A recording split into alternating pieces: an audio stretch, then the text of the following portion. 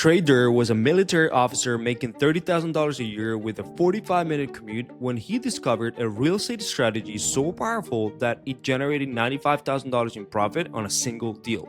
And fast forward to today, and he's built multiple seven-figure businesses and made millions in real estate, while most investors and entrepreneurs are still doing things the old school way, like cold calling for scraps or just doing everything manually. But here's the wild part. Trey doesn't cold call, doesn't drive for dollars, and barely spends any time chasing leads. Instead, he cracked the code on what he calls the invisible funnel that brings motivated sellers directly to him, even when other investors have already given up on those same leads. And most real estate entrepreneurs think that they have a lead problem. They're spending thousands on marketing, hiring virtual assistants to make hundreds of calls, and still waking up with empty pipelines. They realize the truth. You don't have a lead problem. You have a systems problem. The breakthrough came when he stopped thinking like a wholesaler and started thinking like a tech company, like a real business owner. He built what he calls the 4-pillar system, combining AI, offshore talent, creative financing, and automated follow-up sequences that work 24/7. The result? A business that generated over $400,000 in profit while he was literally sleeping in the last 4 months, and hundreds of thousands of dollars in the pipeline. And today, Trey owns multiple companies, including a nightclub, and has investors begging him to take their money for his deals.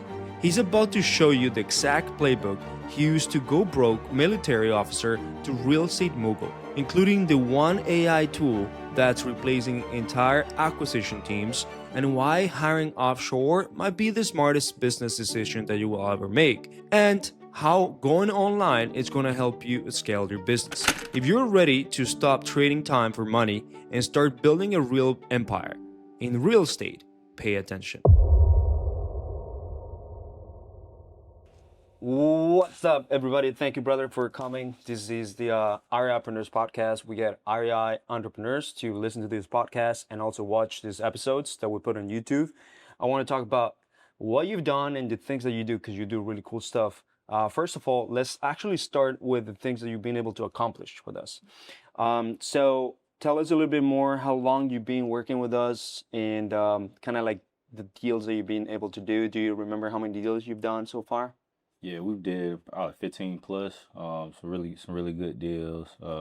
Now coming up on 10 months. It's crazy that it's been that long. But yeah, it has been 10 months. I feel like it's been a great, you guys been a great company to work with. Definitely made us some really great profitable deals. Like I said, it's been 15 plus deals. So really good initiative.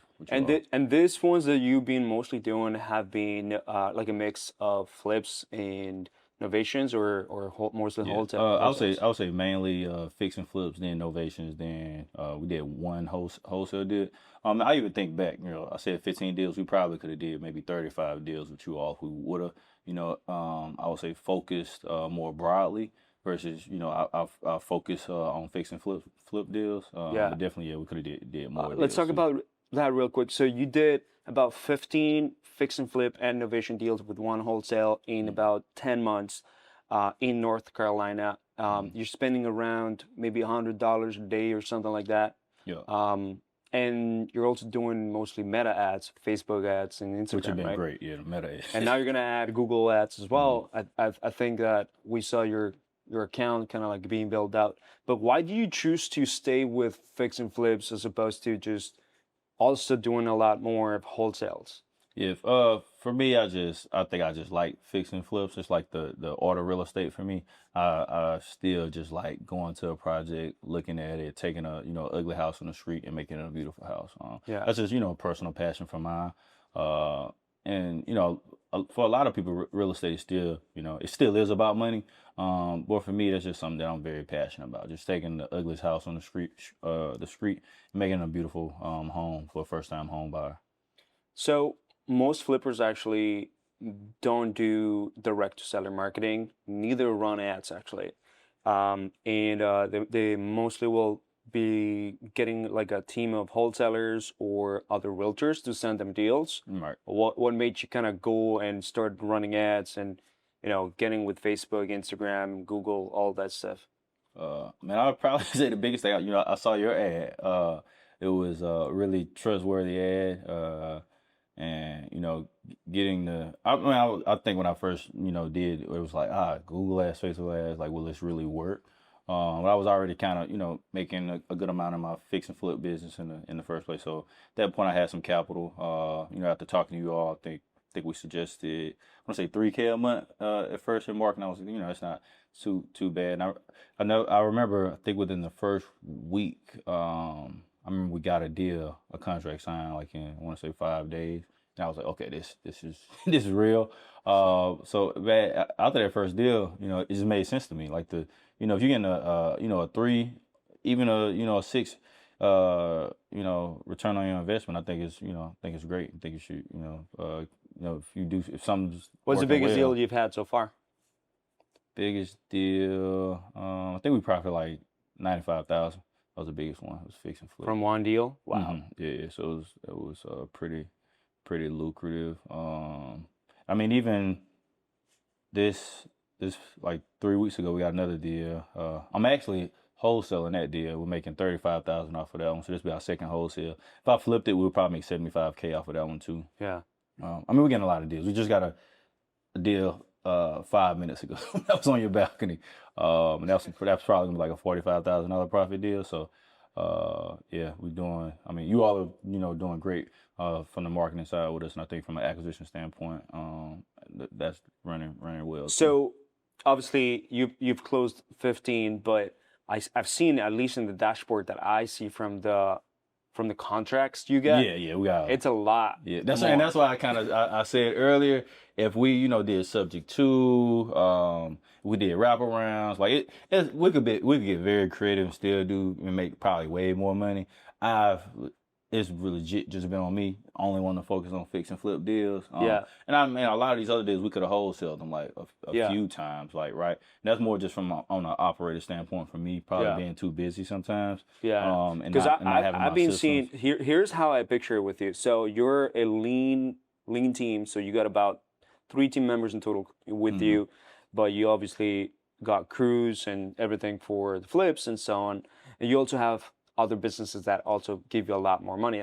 You told me that you have a multifamily business, basically. Right. You're acquiring, and what are you doing with this multifamily? Yeah, so the multifamily business, I've been doing that around 8 years now. So the primary thing, we go buy anything from a 5 to 50 unit apartment complex. And now I'll probably say we're more around the 20 units. We started off with 5s, but we're buying anything from a $2 million apartment complex to a $5 million. Fix them up, get them fixed up, get the rents increased. Normally getting those property management companies out of there too. And then we're selling like smaller, either a smaller private equity firm or a lawyer, doctor, those type of individuals, so they can just park their money in those apartment complexes and keep generating those returns that they need. We're gonna dive into that a little bit, but so the way I see it is that you're very profitable and efficient on everything you're doing. Because I mean, even though you're a small team, you're getting a lot of contracts. I've seen at some point, I think it was like 4 to 5, 6 contracts or even more per month, and sometimes per week. I was like, dude, how is this guy like getting so many contracts? I also saw that you also closing a Novation deal, right? Was that new to you, or you did? That was new to me. That was something, I've been hearing that word, and I feel like me being an older real estate investor, it's hard for me to kind of take new things in. It's like I can stick to the old thing. This made me a lot of money over the past few, but you got to change. You got to be adaptable. I think that's one of the biggest things in business. You look at Blockbuster. Why did they go out of business? They didn't, conform to the new streaming world that we have. And I think you could take those same business philosophies and take them into real estate. You just got to understand that when things change, you got to be adaptable. And I think that's kind of what Novations are right now. So you ended up hearing about it, and I'm assuming you're like studied it and then putting it together in a contract. Like, who did you learn it from, or how do you come to get on a Novation deal locked up? So I think the first time I heard it, you all actually had a class. It was one of the classes that you all had. I think it was one of the office hours actually. I think you all brought it up. They had end up I didn't come to the live class, and just doing one of the replays. Saw it there, so I'm like, okay, all right. So what is this? Dug into it a little. Then I actually had a friend in Charlotte. He had posted on Instagram that he had just closed a Novation deal. I'm like, okay, let me really look into this. And he was like, he made 30,000. So I'm like, all right, I really need to look into this now. Went and re-watched you all's replay, and then reached out to him also, and he kind of like explained a little bit more. Sent me his paperwork that he utilized, and kind of off to the races. So now, if a deal comes in, we will do a Novation. I actually like Novations a lot. I think it's probably Why? I think it takes a lot of the risk off the table, right? If you can come in and you tell a homeowner, hey, the easiest thing I do when I come in and tell I'm talking to a homeowner, I just let them know, hey, when that inspection report comes back, 9 times out of 10, they're gonna want all those things fixed. And we're a licensed general contracting company, so we'll get all these things taken care of for you, and you're gonna get white glove service in regards to that makes total sense. It's dude, and it's not hard to grab the concept of it. Obviously, I'm assuming in the back end it might get a little bit more lengthy and let's say many more steps, but there's a lot more services or people that can even help you get to that point. How do you figure that out? Like, how do you figure it out? Like, let's say something new comes into your business, a new product, Novations. How do you implement it so quickly? Yeah, and I think it's about just execution, just moving really quick. Like, even if you don't know the answers to everything, it's someone out there that knows the answers. It's a book called it's Who, like, well, Who Not How. So essentially, just it talks about figuring out like who knows how to solve this exact problem that you have. Like, everyone it's a person out there that know how to do anything in this world. You just have to go figure out who that person is. Yeah. So that's one of the big things I do. Like, I didn't know how to actually complete a Novation. So I saw this guy post in Charlotte, North Carolina. He completed a Novation. So what did I do? I reach out to him. Hey, I got this Novation deal. Can you help me out with it? I'll split the profits with you. A lot of people look at it as, hey man, you walking away from 50%. For me, it wasn't me losing 50%. Like, I could have walked away with zero and not made any money. But I learned in the process, and I also kept 50% of the profits. Yeah. So for me, that's how I look at life in general, right? Just figuring out who can help me. Yeah. So you're 30 years old, super young, and you've been in business since you were 20. Yeah. Right? And the way you started in real estate was multifamily first and then single family. Yeah. Kind of backwards. Yeah, completely backwards. But multifamily is where you made the real money so far, right? So why are you doing single family now? Yeah, so I would say single family to me. You get on social media, everyone is talking about new construction. It's almost like buying at the high in the stock market when it's at an all-time high. Everyone else is buying. Everyone I feel like is buying new construction. They're buying lots. No one's really focused on buying fix and flips right now. So that's why I've kind of regathered. For me, it makes the most sense. It's way less competition buying fix and flips right now. A lot of people don't want to have a project and they inspect and then they find out the crawl space or something's wrong with the crawl space in the foundation. You got to repair 6 piers. So for me, it's just less competition. That's why we really focus on fix and flips right now. And then, like, my experience, I can go into a house and the house can just about be caving in. Like, I got a guy that can fix the foundation very, very quickly in 3 days for the most part. So for me, that's probably been my main reason. Focusing on fix and flips. Just my experience, number one, then it has been less competition in the market. Nice. So let's talk about something I'd love to know from you.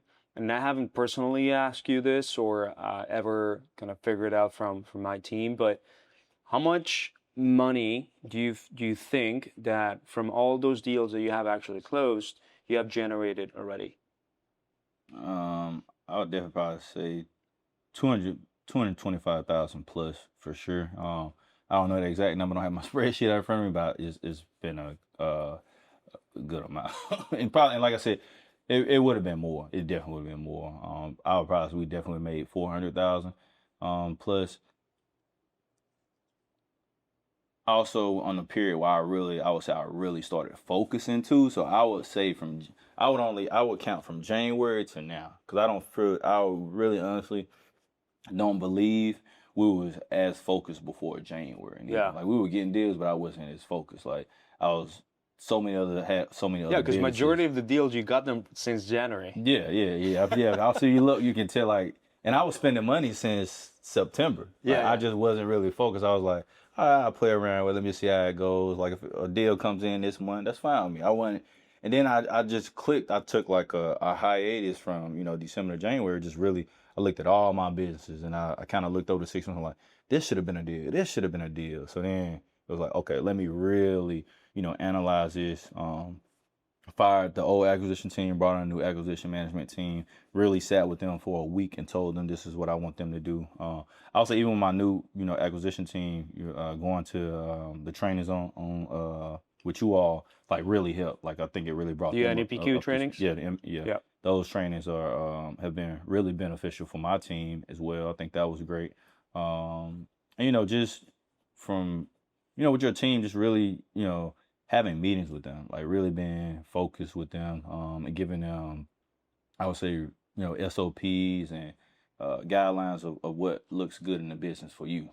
So you have generated about $250,000 in profits in just less than 2 quarters when you were so focused on actually building out the team, getting deals locked up, flips. Mostly, it seems like it's your go-to, and novations also you've been doing some of them, and just a few wholesale, right? So what's gonna be the game plan that is gonna? I mean, where do you want to go in terms of this business? You want to keep it small, or what are you gonna focus on moving forward? Yeah, I just want to scale. Nothing's broke right now, so for me, like we're making great amount of money with the fix and flip business. So for me, it's just scale marketing. Do more fix and flip deals. Get better contractors on the Well, I won't say get better contractors. Get more contractors on the team. And that's it, man. Like I said, I don't think you should fix anything if it's not broken. And right now, we're having a run, a pretty good run. So I would definitely say you kind of just stay in that regards with the fix and flip. We're gonna start doing a few more new construction projects, I would say pretty soon. I've kind of just not always been a fan of new construction. Like I said earlier, I went to development school when I got my master's in real estate development, but I just really haven't liked development as much as most people. But we're going to still focus on apartment complexes too. I still think right now everyone is shying away from them. But when you look at I think the new economic activity is getting ready to happen, especially looking at the Trump administration, what they just did, and hiring a new Fed chair. I definitely think we'll probably have 2 rate cuts in the near future here. You have rate cuts, real estate goes up essentially, so you're gonna have more builders wanting lots, so that's going to increase the new construction spread, which you're also going to have more people wanting to buy multifamily apartment complexes as well, which those cap rates are going to compress because of those interest rates dropping. So I think real estate has a great way ahead, and right now I think it's just keep driving the boat, but just make sure you're driving in the right direction.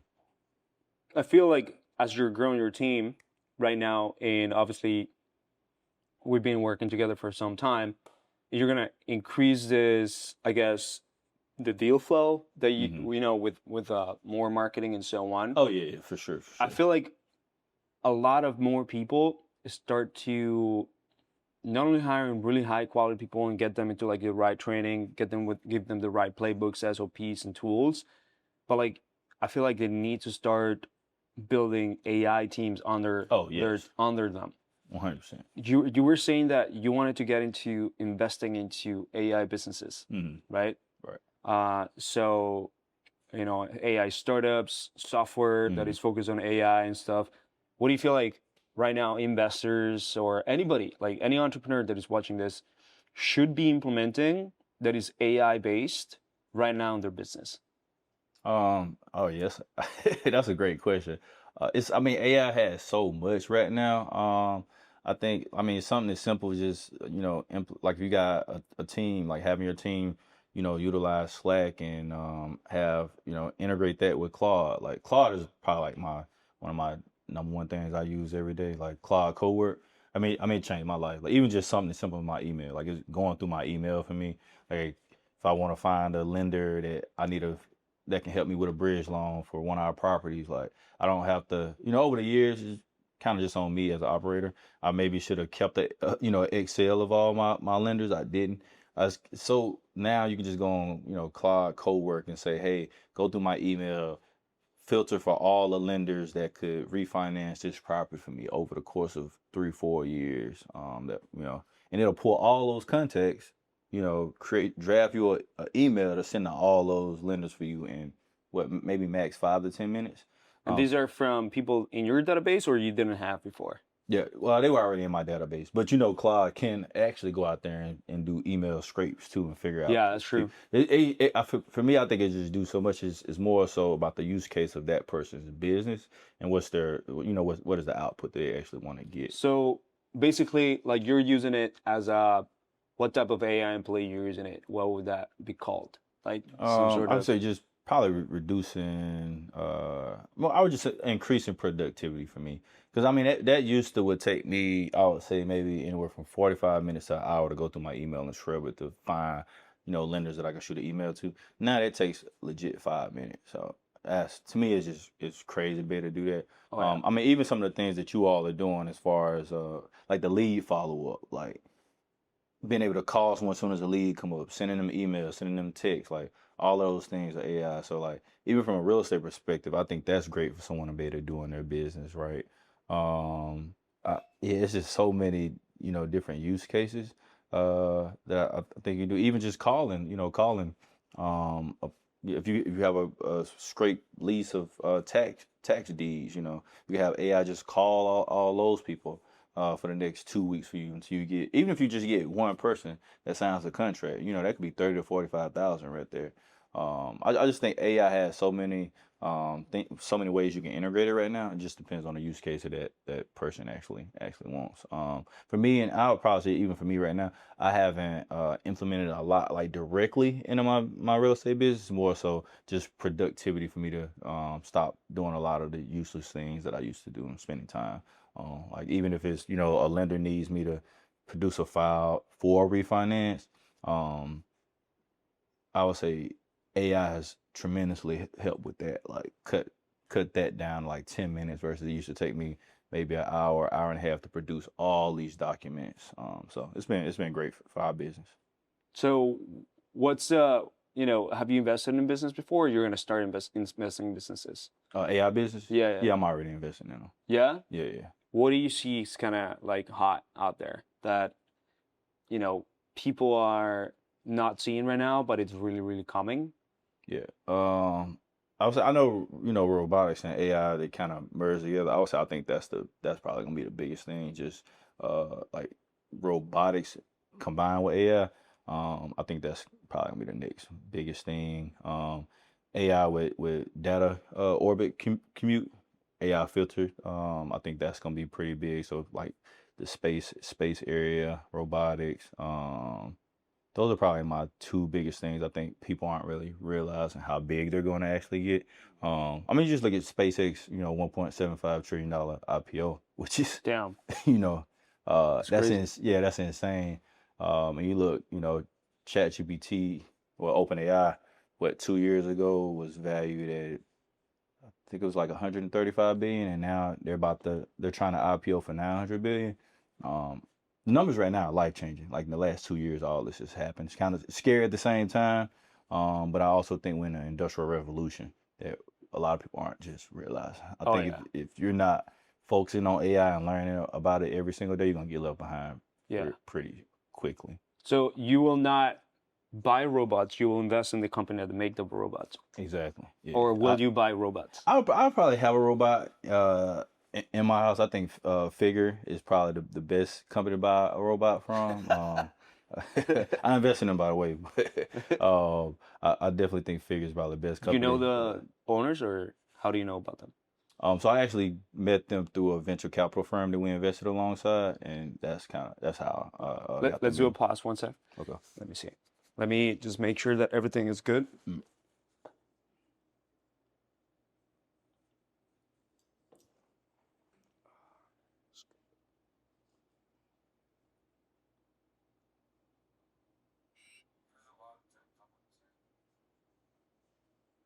All right, cool.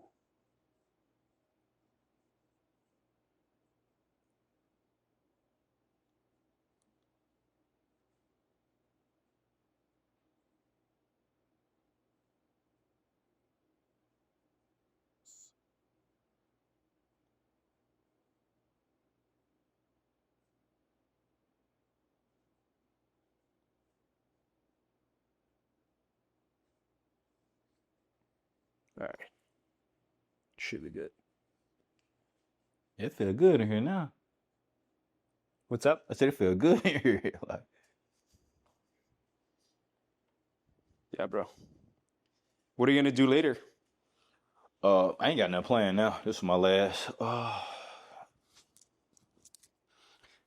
If you want, we can go walk after this.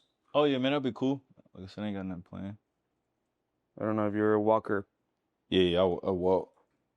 I work out a lot now. Got a trainer and everything. You're ready to train this Yeah, morning? I got a trainer. I didn't do this week. He's in Charlotte. I do boxing on Fridays, then Monday through Thursday train, 5 a.m. Yeah, the shots are sick so far. Oh, okay. She's also taking some pictures. Oh, okay. Cool.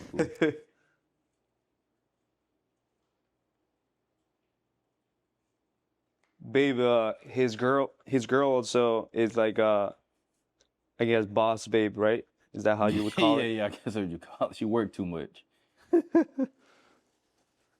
But like in her own business, right? Yeah. She got she's a dentist. She got her own practice. Oh, she's a dentist. Yeah, she's a dentist.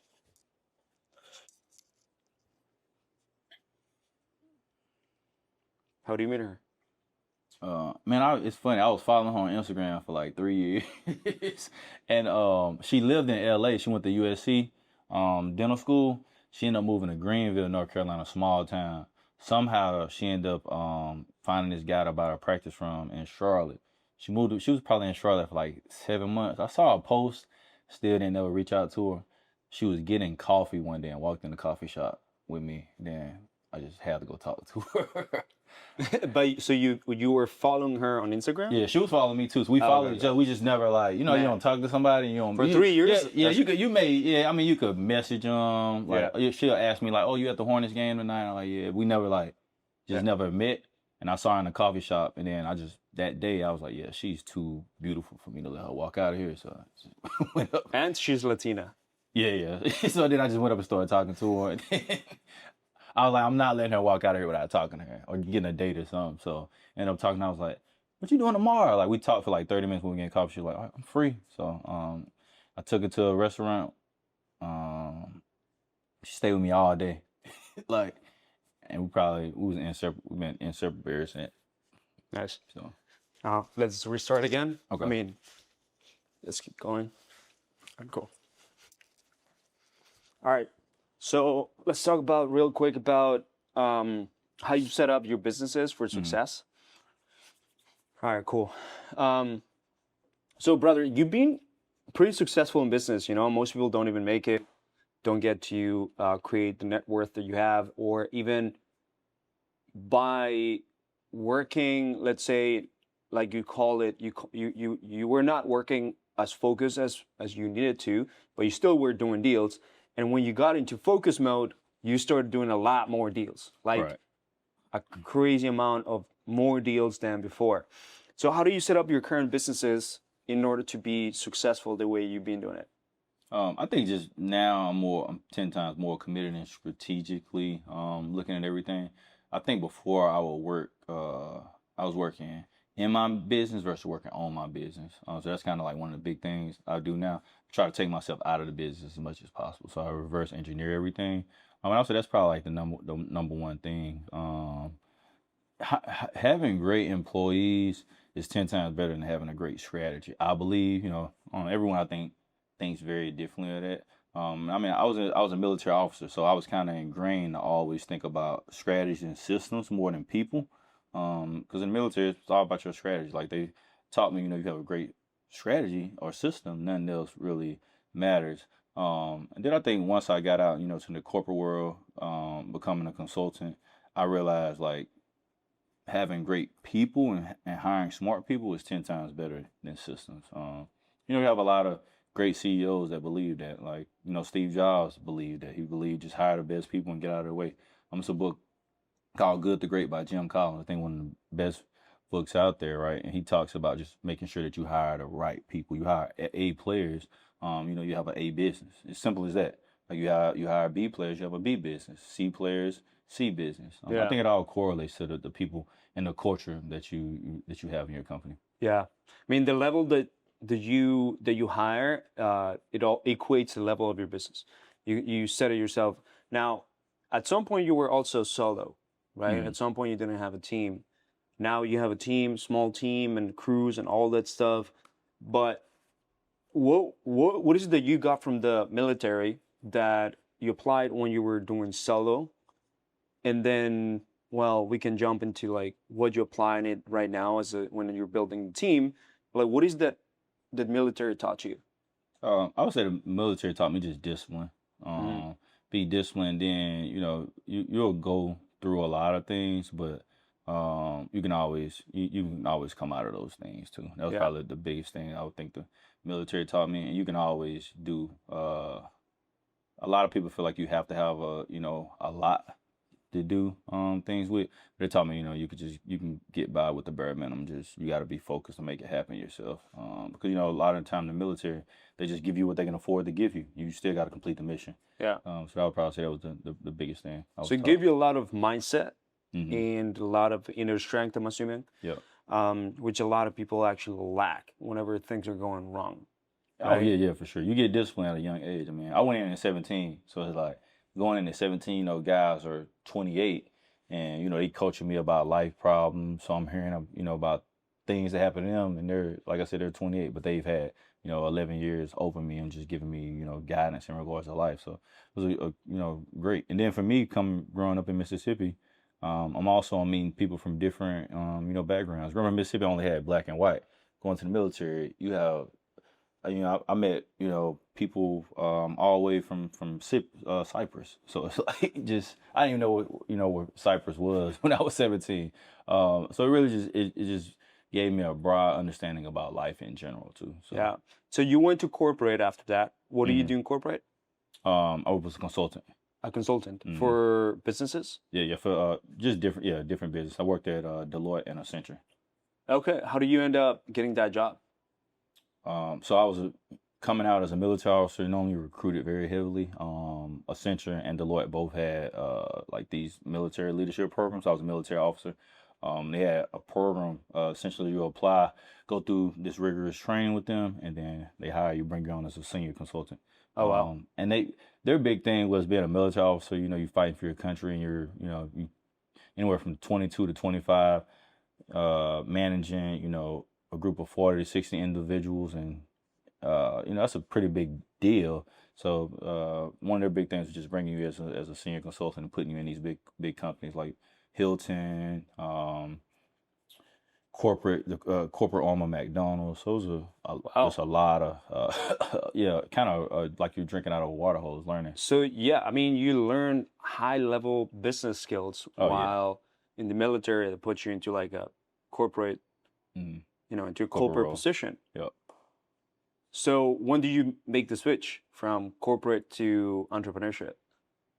I would say I was always doing the real estate fixing flipping on the side the whole time, like since I graduated college. Like the day I graduated college, I kind of got into it, and I just never left it, I would say. And I think when I was like 24, I think it was like 24, 25. I never get my banker. He told me, he was like, you can't have one foot in and one foot out in this life. Like you gotta pick. He's like, you're getting too big that you're gonna, like, you thinking this corporate job is gonna help you, but you're gonna lose more money with this corporate job than anything. Yeah. And I really didn't take it as serious until I think like maybe 2 years after that, I started realizing like my real estate business was failing, and I was doing great in corporate, but I was focusing too much on corporate Yeah. versus real estate, and I was making 3 times as much money as in real estate than I was with my corporate job. Your attention was in the wrong place. Yep, exactly. But you thought that you were doing it right because it was a corporate job, like senior consultant, dude. Like not a lot of people get to that point. Right. Yeah. Just in life in general, like to be a consultant at Deloitte, so just like that's big. You're from Mississippi, so and the average yearly salary is what, 35,000? Right. Exactly. So of course you get my family like they're like, why would you leave this? This is this is on a platter for you for your life. You're set for life. You become manager director. You know you'll eventually make 300, 500,000 a year. You can retire easily by doing this. You coming from a small town, Mississippi? Mm-hmm. Right. Which town? McGee, Mississippi. Okay. Yeah, like population 2,000 people. So it's crazy. And did you come from like a family that had a lot of good financial resources? Yeah, or I would say humble beginning. Humble beginnings? Middle class family. Middle class. So, but either way, like being in a state like that where it's yearly salary and hourly pay, it's not that high. To now being able to move to North Carolina and Charlotte downtown, and I'm assuming you live, in a good area, as a good story to be in this position right now. Yeah. I mean, I've been blessed. I would definitely, I think about my life. I would probably say every day on how blessed I am and how fortunate I am to live my life and. Yeah, I wake up to a great family, financially free. It's been a blessing. It's been a blessing for sure, I would say. What's the best thing that you've been able to accomplish, that you've been able to do personally, with all the business results, money, and just everything that business has created for you? I would say the biggest thing is just every year for like my family, taking my family to a new place for Christmas every year, and like our big thing is I want all of them to come and they don't have to worry about money at all. So we rent like a super big mansion normally somewhere, and we just have fun. Like super big mansion? Yeah, something crazy, probably like 10,000 square feet or bigger every year. I do it for them. Holy for crap! Christmas. I bring all my family. My family pretty big. I want to do that as well, man. Yeah, so it's pretty. That's like my number one thing that I enjoy. That I do right now to give back, and then scholarships too. In my hometown, like the high school, trying to give scholarships back, and then mentoring those kids also, because you can't be what you can't see at the end of the day. I think that's like one of the most important things for me in life, just motivating our youth and letting them know that they can be somebody that they want to be. Yeah. So what's your kind of mission in business right now? So are you one that want to lay low or build a big brand, or just be investing with different businesses? What's your That's a great question. I would say past the few past years, I've always just wanted to lay low and kind of just make my money and go on for the most part and be quiet about it. Now I've gotten to the point where I do want to share everything I learned, especially like I said, I think right now, you're on a verge in America where things are costing so much. People need to have at least 7 different streams of income. And I want to be able to like teach people everything I've done to help me become successful. Also, I think getting to that point, like me, like I said, just being able to educate other people. And I have bigger goals now too. Like I got one crazy goal that I tell people all the time now, because I just want to kind of hold myself to that goal. I want to be a minority owner in the Carolina Panthers. So I want to do that in the next 15 years. So having that goal, like me telling everyone that now, it resonates with me more and more, because people are going to ask me every year, am I close to that goal, right? And I need to be able to say, yes, I am. I did X, Y, and Z to get closer to that goal this year. So being able to, to be able to purchase, a minority stake in the Panthers, I'm going to need to make a good amount of money. For me to make a good amount of money, I need to network way more than I have also, because what got me here is not going to get me there. And I know that. And networking is probably going to be, one of the biggest things to get me there, I think. I want to ask you right now, so how many businesses do you currently have? 6. You got 6. Okay. Which ones are they? Which industries? Yeah, so home service, of course, real estate, and then hospitality. Oh, wow. Okay. And so which one is the biggest business that you currently have from those 6?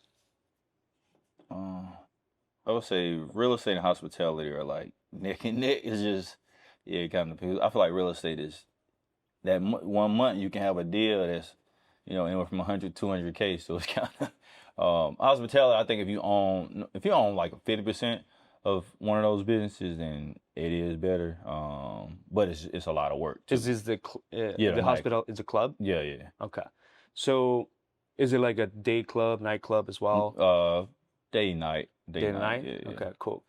So tell me more about that business a little bit. I don't know how that works. Yeah, I would say I feel like nightclubs are very lucrative, just due to the fact, people want to go out and have a good time, especially if you're in that type of city. So if you're in like a Miami, Charlotte, we got a lot of young professionals. Monday through Friday, they're slammed. They're working. They're trying to make money, get promoted. So you get to a Friday night or Saturday night, they want to go out and have fun, and that's kind of where we come in, giving people that escape from reality. I would say from Friday to Sunday, then Monday through Friday they're going right back to work, and then coming right back to us from Friday to Sunday. But it's just giving people experience, man. I think making sure people having a good time. They're happy while they're in our establishment. That's And probably did you invest in that business, or are Mhm. you operating it? Both. Okay. It was more so of me just investing. Um, and it was like, I would say 5 years ago, I was supposed to have been, made investment in hospitality business. The guy I invested with, he's been doing for like this was his sixth club. So me and him kind of grew more of a personal relationship too. And then I would find myself in his nightclubs spending money. And then this last time we just had a long sit there, and I told him I was gonna do it. I liked the location, liked the concept, and today it was a great business. What are you gonna do for this nightclub? Um, we're gonna be, I would say, more like the area that we're in is like you could consider it, if you're in Miami, the Brickell of Charlotte. So it's a great area. But we also have a very unique crowd base too. It's very diverse. Even the music we play, right? It's like more, EMD music. Just very very unique. Very unique nightclub, I would say. So, Nice. So, what like when someone that has few businesses, obviously, and it's hard to obviously pay attention to all of them, mhm. right? And it's hard to, let's say, if the nightclub is taking away time from you at night or whatever, right? Or during the day, whatever. Like, how do you handle these other businesses that you have? What's your strategy there? Yeah, my biggest strategy now. A lot of people is against this. A lot of people don't like having partners. For me, I partner like now. Like when I was younger, I was like no partners, no partners. Like just do a lot of due diligence on your partners, right? Like that's the biggest thing I do. Like if I'm going to bring someone in a business with me or go 50-50 with someone on a business, I just do very thorough due diligence on them. Like is this a person that has similar qualities to me, right? Like I'm not married, but I'm looking at, does he have a fiance? Does he work out? Does he party all the time? Like those are like big things for me. Like what is his mindset on the next 10 years of his life?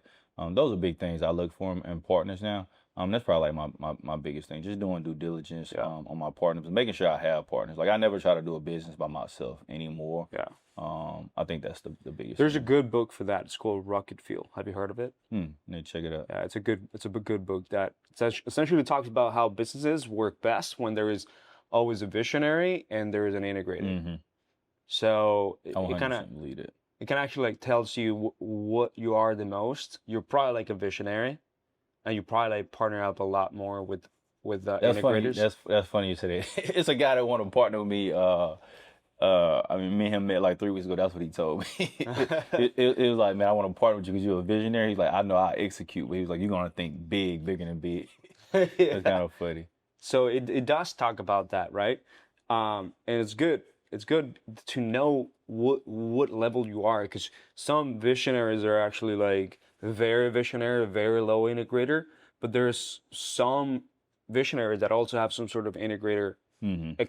execution Yep. type of qualities. So There's actually a test called the crystallizer test that every time that if I want a partnership on a product, on a new service, on a new business, whatever, I guess I just send them a test. It's called the crystallizer test. As a matter of fact, for executives that are gonna take like big roles in my companies, I actually do send them also that test because I want to see like, okay, are they more of the visionary side or integrator side?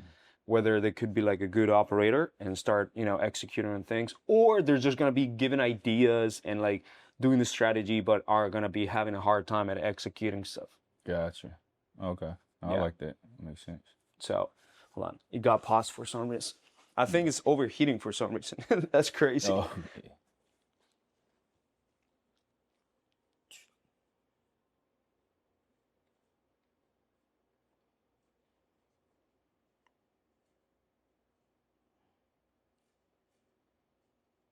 Oh yeah, the fuck? It's overheating. Oh, snap. Yeah. It's weird because, I mean, it was hot, but I've never had it in front of the sun or in front of like close to the sun like this. Maybe that's why.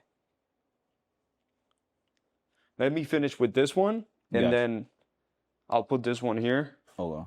Man, I gotta buy all this stuff. You gotta send me this Amazon package. Or if you got it from, I'm like, I need this setup. I like this.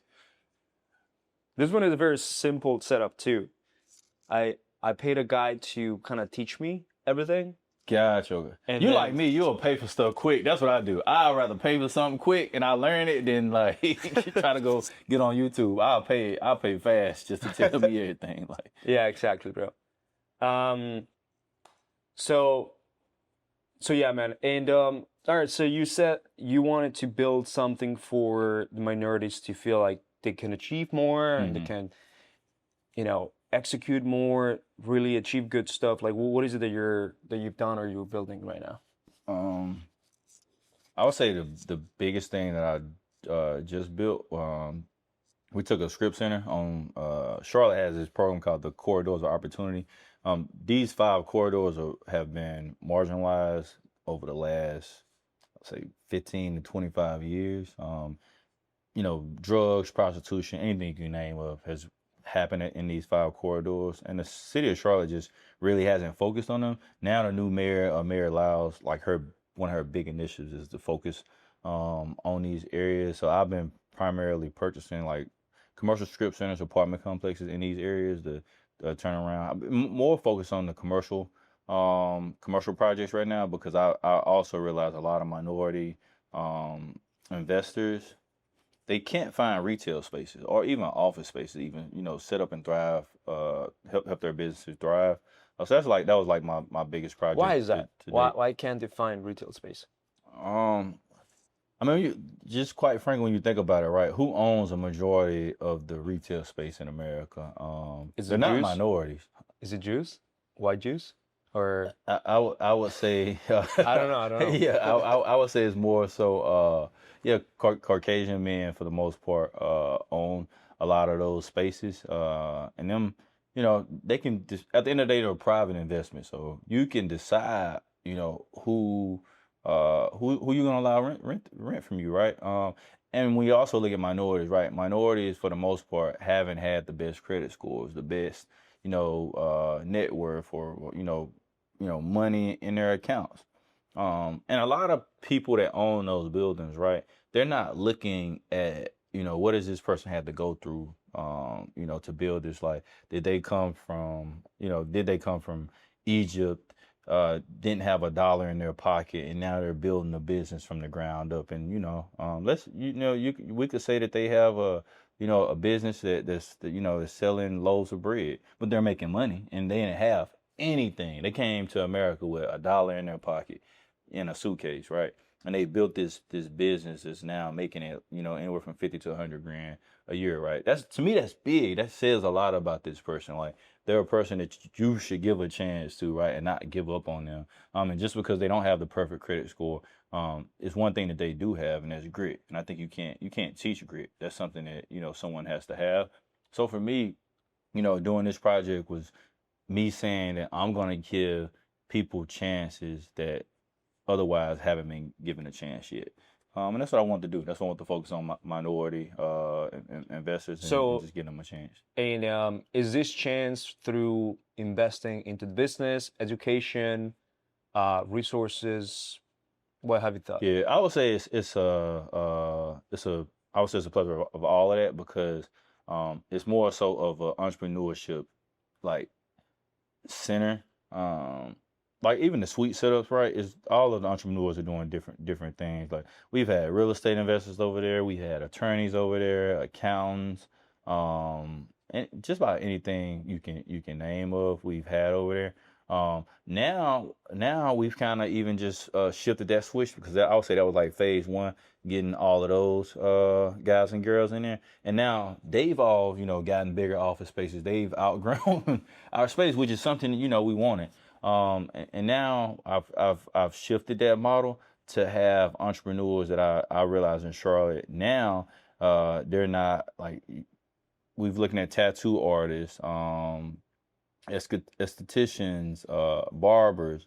They've been marginalized recently in Charlotte. Now those retail spaces have went up 50 to 70% over the last 2 years in Charlotte. So this second phase, we've been allowing them to rent the spaces, so they can grow their businesses and eventually outgrow us too. So that's kind of where we at right now. Anyone that's a entrepreneur that's also a minority, those have kind of been our focus. Not really, I would say, focus too much on what business they're doing, but if they have a viable business that's actually making them money, and we can help them, give them that space that they need.